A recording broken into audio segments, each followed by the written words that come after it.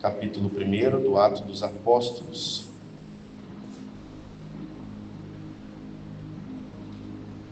O objetivo desta palavra, desta mensagem, é despertar em nós que um dia nós seremos como Ele. Às vezes a gente esquece que a gente vai ser igual a Jesus Cristo. Então essa palavra vai nos despertar para isso. Capítulo 1 está escrito assim, eu estou com a versão NVI. Lucas, escrevendo então o seu segundo livro, diz: em meu livro anterior, que é o Evangelho, Teófilo, escrevi a respeito de tudo que Jesus começou a fazer e ensinar, até o dia em que foi elevado aos céus, depois de ter dado instruções por meio do Espírito Santo aos apóstolos que havia escolhido. Depois do seu sofrimento, Jesus apresentou-se a eles e deu-lhes muitas provas indiscutíveis de que estava vivo. Apareceu-lhes por um período de 40 dias falando-lhes acerca do reino de Deus. Certa ocasião, enquanto comia com eles, deu-lhes esta ordem: não saiam de Jerusalém, mas esperem pela promessa de meu Pai, da qual lhes falei. Pois João batizou com água, mas dentro de poucos dias vocês serão batizados com o Espírito Santo. Então os que estavam reunidos lhe perguntaram: Senhor, é neste tempo que vais restaurar o reino a Israel? Ele lhes respondeu: não lhes compete saber os tempos, as datas que o Pai estabeleceu pela sua própria autoridade, mas receberão poder quando o Espírito Santo descer sobre vocês, e serão minhas testemunhas em Jerusalém, em toda a Judeia e Samaria e até os confins da terra. Tendo dito isto, foi elevado às alturas. Enquanto eles olhavam, e uma nuvem o cobriu da vista deles, e eles ficaram com os olhos fixos no céu, enquanto ele subia. De repente surgiram diante deles 2 homens vestidos de branco, que lhes disseram: Galileus, por que vocês estão olhando para o céu? Este mesmo Jesus que dentre vocês foi elevado aos céus, voltará da mesma forma como viram subir. Lemos até aqui. Amém. Senhor nosso Deus, nosso Pai, nós te agradecemos, Senhor, pela oportunidade de ler as Escrituras Sagradas, que um dia, pelo Espírito Santo, o Senhor inspirou homens a escreverem, Senhor. E agora nós estamos lendo, e nós te pedimos, Senhor, pelo mesmo Espírito Santo, nos ajude a falar, Senhor, e abra as mentes, o coração, para ouvir a mensagem, a palavra, Senhor.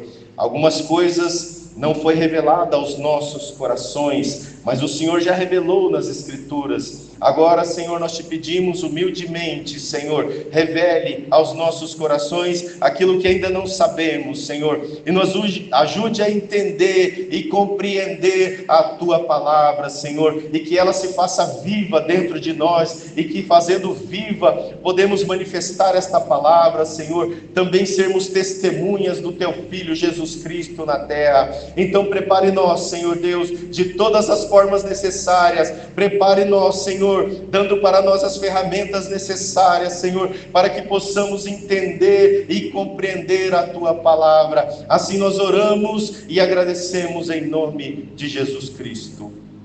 Amém. Antes de acontecer isso, Jesus, ainda nos seus últimos minutos de vida, da obra, ele vai para o jardim, depois de servir a Páscoa e servir a primeira ceia, a Santa Ceia. Ele vai para o jardim, e lá eles pedem para que eles fiquem num lugar, em Getsêmani. Ele se afasta um pouco e chama com ele 3 apóstolos, Pedro, João e Tiago, e pede para esses 3: fiquem aqui e orem comigo.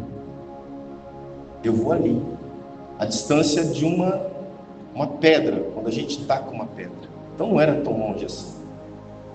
E Jesus foi, orando, voltou e encontrou eles dormindo. Fez isso 3 vezes. E uma das vezes, ele chamou a atenção deles. Vocês não conseguem ficar comigo por 1 hora? Uma hora? A gente lendo esta passagem bíblica, nós percebemos a missão que ele tinha. E os apóstolos, mesmo caminhando com ele 3 anos e meio, não tinham compreendido ainda o tamanho da obra que o Senhor Deus estava fazendo. O coração deles desejava apenas um rei que tomasse Israel do Império Romano, que tomasse da família do rei Herodes, restabelecesse Jerusalém, restabelecesse o templo e tomasse o poder como era no tempo de Davi. Esse era o desejo do coração deles.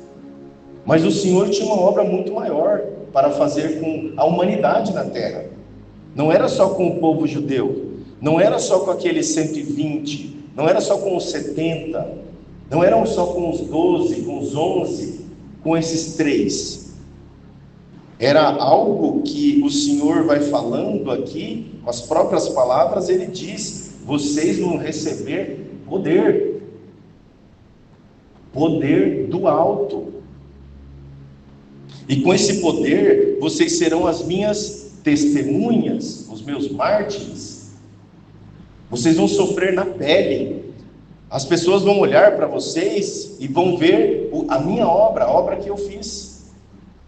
Olhando para vocês, eles vão ser convertidos. O coração vai ser transformado. E vocês vão, além de Jerusalém, onde vocês estão aqui, vocês também vão para o sul da Judéia, todo em volta da Judéia, vão para Samaria e vão para os confins da terra. Mesmo assim, Pedro não entendeu, João não entendeu, Tiago não entendeu. Quando Lucas está escrevendo, ele diz: no livro anterior que eu escrevi para vocês, eu falei tudo que Jesus começou a fazer, que eram os sinais, prodígios, milagres, que estavam nas profecias, eram os sinais do reino de Deus na terra. Os milagres não era para resolver o problema da humanidade, porque os problemas existem até hoje. A fome, necessidades físicas, a enfermidade, existem até os dias de hoje. Ele não veio para resolver esses problemas, mas ele vindo, ele mostrava os sinais de que o reino de Deus estava sendo estabelecido na terra. Tinha um reino aqui antes, era do Satanás. Só ele dominava. Mas o Pai Celestial mandou seu Filho na terra. Nasceu criança, cresceu, ser humano. Quando ele foi batizado, ele recebeu esse poder do alto. João Batista, olhando ele, viu o poder descer sobre ele. Quando então ele ora por 3 vezes, e aí chega o exército, ele diz: a minha hora é chegada. Chegou a hora. Chegou a hora da uva ser estraçalhada. Chegou a hora da oliveira ser estraçalhada e virar azeite, virar óleo. Chegou a hora dele ser esmagado. E eles pegam ele, levam, vai para cá, vai para lá, morre, sepultado, e ele ressuscita. E estava combinado, tinha um combinado aqui. Ele tinha falado com eles num determinado jantar, falando para eles assim: ó, vai acontecer algumas coisas. Ele não falou ainda o que era, mas vocês vão lá em tal lugar e esperem lá. E foi o que o Senhor fez. Apareceu nesse lugar. Aparece para eles. Provavelmente ele falou muitas coisas. Durante 40 dias continuou ensinando, falando, mostrando sinais, inclusive sinais no corpo, de que ele era o Cristo ressurreto. Nós lembramos da passagem de Tomé, por exemplo, as Marias no sepulcro. Então foi aumentando os sinais. 2 no caminho de Emaús, foram aumentando os sinais. E nesse momento aqui, eles conversando, percebam a preocupação humana. Olha como nós somos. Diante de Jesus ressuscitado, passou 40 dias com ele, ele continuou ensinando e falando as coisas, ensinando coisas do reino, está escrito aqui, falando-lhes acerca do reino de Deus. Ele falava de mistérios, de coisas que fazem parte do reino, não falava mais coisas dessa vida. E aí eles olham para ele e falam: quando que vai ser o fim do tempo? Olha a preocupação. Nós não somos assim também? Deus está querendo fazer algo conosco, Jesus está fazendo algo com cada um de nós, está mudando coisas de dentro para fora, e a gente está preocupado com certas coisas que Jesus disse: vocês estão preocupados com isso? Não se preocupem com isso, com essa data. O meu pai estabeleceu isso, está estabelecido lá. Ou seja, ele mostrando que nem ele sabia quando era esse momento. Não era essa a prioridade. Eles precisavam receber o poder. Eles ainda não tinham sido batizados com o Espírito Santo. Eles eram conhecedores da palavra, conhecedores do ensino, viram os sinais se cumpriram dos profetas, conheceram Jesus face a face, viu ele sendo crucificado, açoitado, morto, viram ele ressuscitado, falou com eles, comeu com eles, comeu mel, comeu peixe com eles, instruiu eles, e eles estavam preocupados: mas quando que vai ser o fim? Quando que vai restaurar então Jerusalém? Meus irmãos, minhas irmãs, vamos nos colocar um pouquinho no lugar desses apóstolos. O sofrimento era tão grande, de 400 anos, esperando um rei, porque estávamos então, vamos incluir nós, estávamos então debaixo de um jugo pesado, nós estávamos então em cima de um fardo pesado, impostos, aquilo que o império colocava, aquilo que o sumo sacerdote colocava, existia um peso, e eles tinham na mente deles, no coração deles, de geração em geração, que eles eram um povo livre, que eles eram um povo de Deus, que Deus tinha escolhido eles na terra a partir de Abraão. Então era um povo abençoado, mas como abençoado se eles estavam sofrendo? Como abençoado se na própria terra deles, eles eram sujeitos a outros impérios? Vamos trazer para a nossa vida cotidiana. Às vezes nós nos tornamos também escravos de coisas que nós criamos. Nós não criamos situações para sermos escravos nessa vida e esquecemos do propósito maior que Jesus Cristo veio fazer na terra. O objetivo desta palavra é revelar que nós seremos igual a Ele. E Ele fez a promessa que Ele vai voltar da forma, esses anjos que apareceram quando eles estavam olhando para o céu, os galileus da região da Galileia, quando eles estavam olhando, vendo Jesus sumir na nuvem, e que desespero que dá, não é? Que tristeza que dá, quando fecha a tampa do caixão, já não dá um desespero na família? Não é verdade? E quando você vê o seu mestre subindo, 3 anos e meio, a sua esperança subindo, acabando todas as coisas, você não tem mais como ver, como apalpar, como segurar, como falar, como ouvir, como ver os milagres. Está acabando, está subindo. Meu Deus, a minha esperança está acabando. Eles em silêncio olhando aquilo. De repente os anjos do lado, galileus, como se fosse assim, chamando atenção mesmo. Galileus, Galileus, e eles olhando para cima. Por que vocês estão olhando tanto para o céu? Por que vocês estão olhando lá? Não é lá, o assunto é aqui agora. Não, mas eu queria estar lá, eu queria subir com ele, eu queria ir lá. Será que ele volta daqui 15 minutos? Se ele morreu, foi sepultado, ressuscitou e apareceu para eles, Na cabeça deles, Jesus ia voltar dali a pouco de novo, não é verdade? Jesus ia voltar, só foi ali, agora ele volta. Não, não ia voltar. A responsabilidade era agora com eles. A responsabilidade é com a igreja agora, é com nós. Fiquem reunidos em Jerusalém. E é necessário que eu suba, para que eu possa enviar o outro Consolador. E esse vai ficar com vocês até o final. Até o final. Que final é esse? O grande dia. E que grande dia é esse? A volta de Jesus Cristo.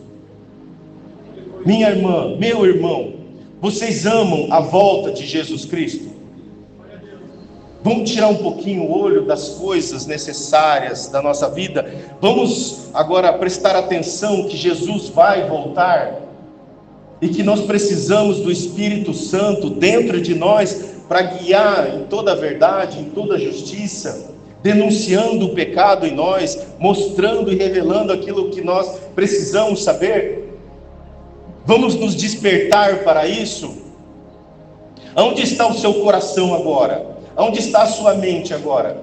Por que vocês estão olhando tanto para alguma coisa que vocês têm a sensação que perderam? Por que nós olhamos tanto para aquilo que a gente acha que perdeu? Eles não perderam Jesus.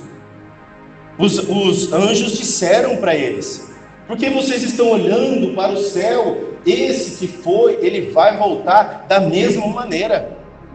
Revelou algo, inclusive. Ele vai voltar, do jeito que vocês viram ele vai voltar. O pé dele descolou do chão e ele foi subindo.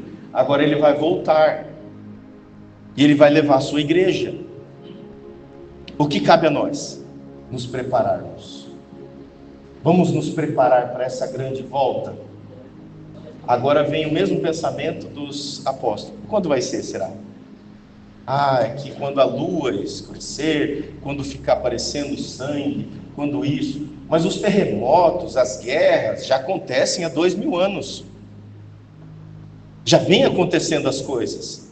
A situação da vida já está aí presente. E Jesus, quando ele aparece para eles, salão fechado, porta fechada, aparece e assopra sobre eles. Aquele sopro do Espírito, será que não é o mesmo que Deus soprou nas narinas de Adão, dando um fôlego, dando um respiro? Será que não estava cumprindo o Salmo 23 na vida deles naquele momento?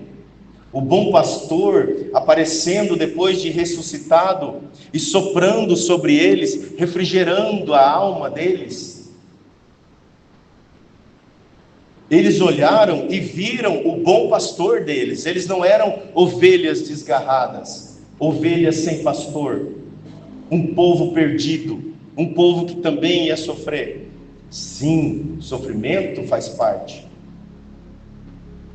Mas nós temos algo que é muito maior, a graça de Deus, que é Jesus Cristo, o nosso Senhor e Salvador. Agora vamos mergulhar um pouco mais fundo nesta palavra, nesta mensagem. Vamos mergulhar um pouquinho mais. Quando Jesus chega no céu, João vê ele chegando, entrega para o Pai tudo o que tem acontecido. Nessa segunda volta no céu que nós estamos falando agora, ele já senta do lado do Pai, como um leão da tribo de Judá, e agora ele é a cabeça da igreja. E lá de cima, ele e o Pai enviam o Espírito Santo, e aqueles 120 estão reunidos, assentados. Lá fora, festa. A festa de Pentecostes, gente de todos os lugares, pessoas que eram judeus, só que nasceram lá em outras terras. Eles vinham para Jerusalém para festejar a Pentecostes, 50 dias depois da Páscoa. E esse grupo fechado de 120 pessoas, provavelmente eles estavam em silêncio. Provavelmente estavam esperando o que o Senhor ia fazer, esperando uma promessa, esperando uma palavra. Por isso é a promessa do Espírito Santo, está prometida. E de repente eles escutaram, eles ouviram o barulho de um vento. Só que é um vento que não parava, é um vento veemente. Escutaram. E esse vento foi entrando pelas janelas, foi entrando onde eles estavam, foi entrando e foi tomando o coração deles. Meus irmãos, será que não é o sopro de Deus na vida deles de novo?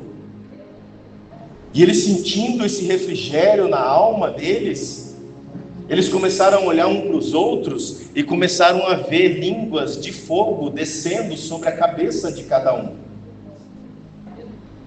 O poder de Deus, o Espírito Santo de Deus, estava repousando na cabeça de cada um, estava batizando cada um com o Espírito Santo. Glória ao nome santo do Senhor. Glória ao nome santo do Senhor. Santo és tu, Senhor.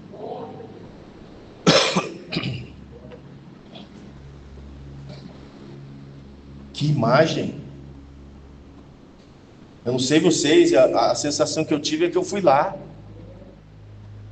Nessa hora não tem necessidades fisiológicas, não tem fome, não tem dor.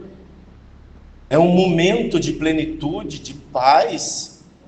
E eles começaram a falar em outras línguas. Línguas nativas que os judeus tinham nascido. E eles falando em outras línguas, o povo lá fora, começando a ouvir, falou: peraí, está falando na minha língua materna, onde eu nasci. Eu estou entendendo o que eles estão falando. Outros, que já tinham vivido ali, tinham crucificado Jesus, diziam: não, eles estão bêbados. Olha só, 9 horas da manhã estão bêbados. E os outros: não, ele está falando coisas de Deus, da grandeza de Deus. Eu estou entendendo. E Pedro se levanta junto com os companheiros e começa a falar com a multidão. Começa a falar do arrependimento. Esse arrependimento aqui que a gente lê, não é o arrependimento das atitudes dos pecados pessoais nossos. É: arrependam-se, porque vocês crucificaram Jesus. Arrependam-se do que vocês acabaram de fazer. Nós somos testemunhas vivas. Vocês sabiam que nós também crucificamos Jesus? Você sabia, minha irmã? Nós, eu, a minha filha, todos nós crucificamos Jesus. Por quê?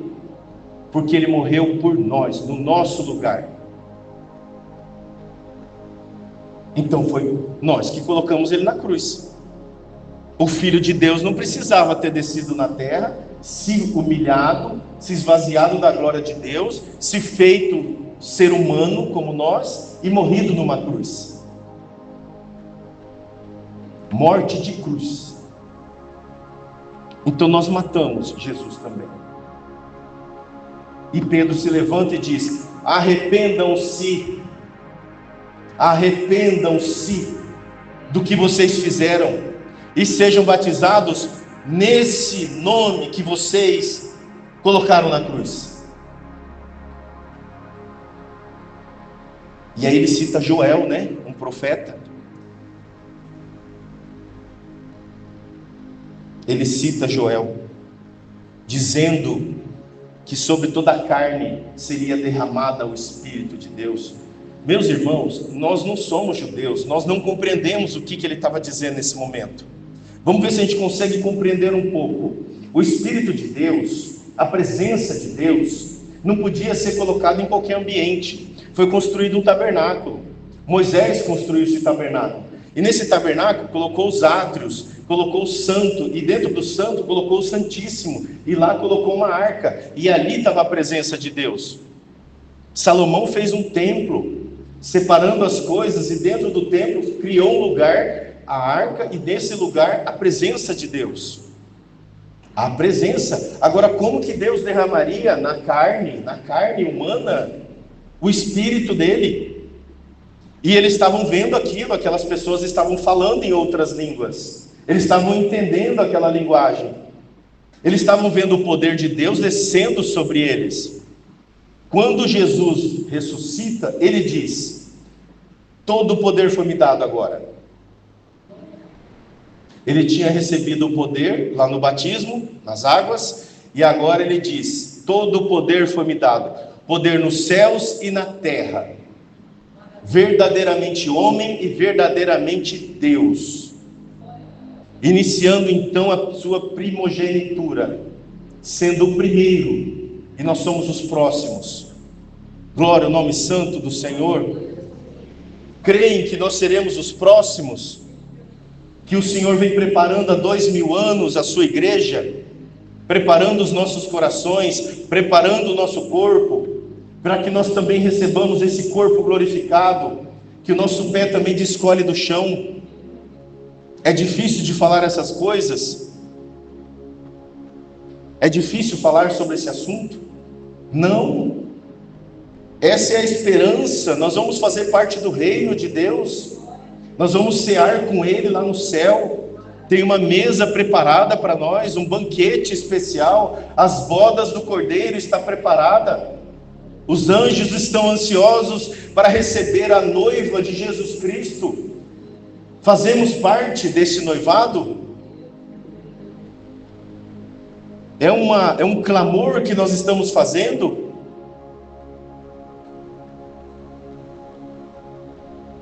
E Pedro disse, né? Arrependam-se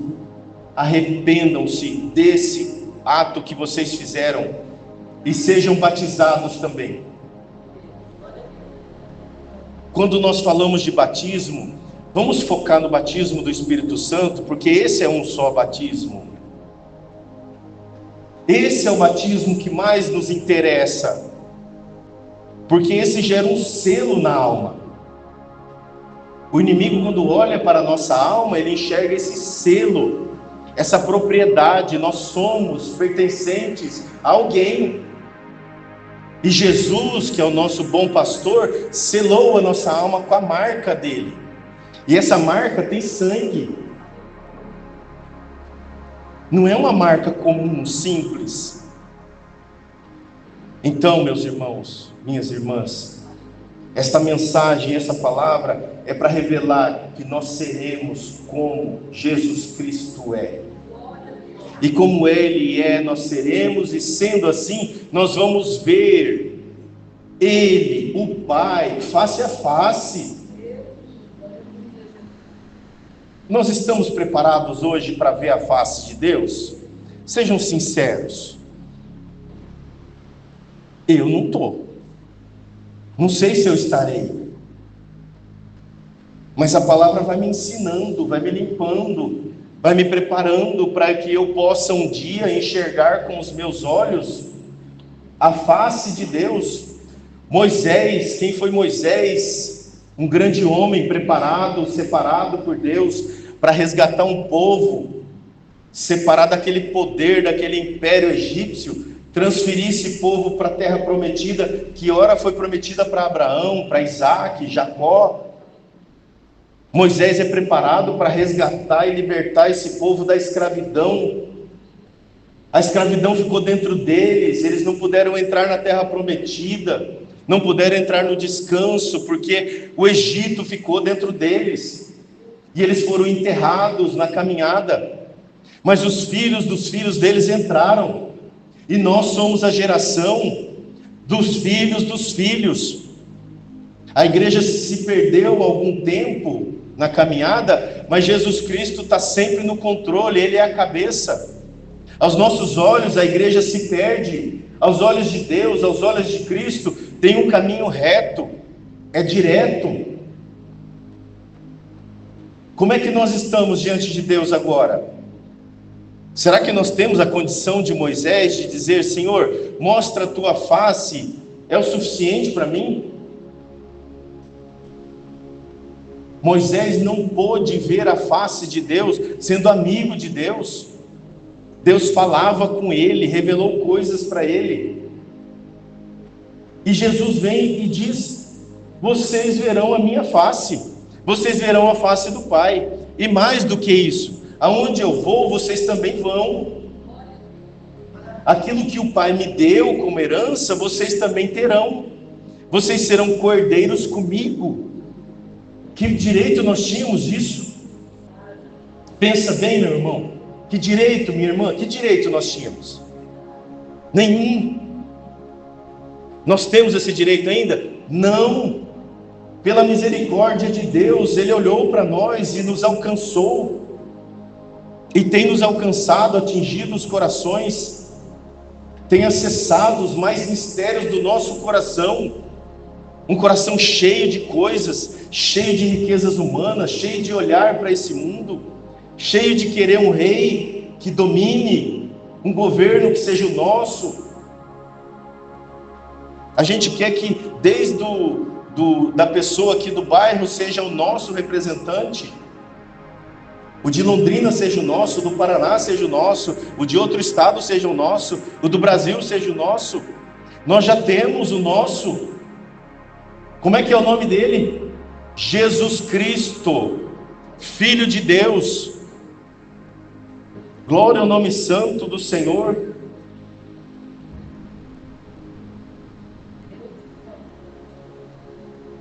O que é que nós precisamos ainda? O que nós precisamos saber neste momento? O que precisa despertar na minha mente, na sua mente, para a gente entender que nós crucificamos Cristo também. Nós matamos Ele lá. E Ele, com aquele olhar, olhando para nós na cruz, dizendo: Pai, perdoa eles não sabem o que fazem. Agora nós sabemos. O Senhor tem revelado para nós. Nós estamos cientes, nós estamos conscientes, nós estamos ouvindo a palavra, nós estamos sentindo o Espírito Santo vivo dentro de nós. O que falta então? Aonde está o nosso foco? Aonde está a nossa mira? Aonde estão os nossos olhares? Estamos olhando com um olhar fixo, direto para Jesus Cristo, ou estamos olhando para esta vida?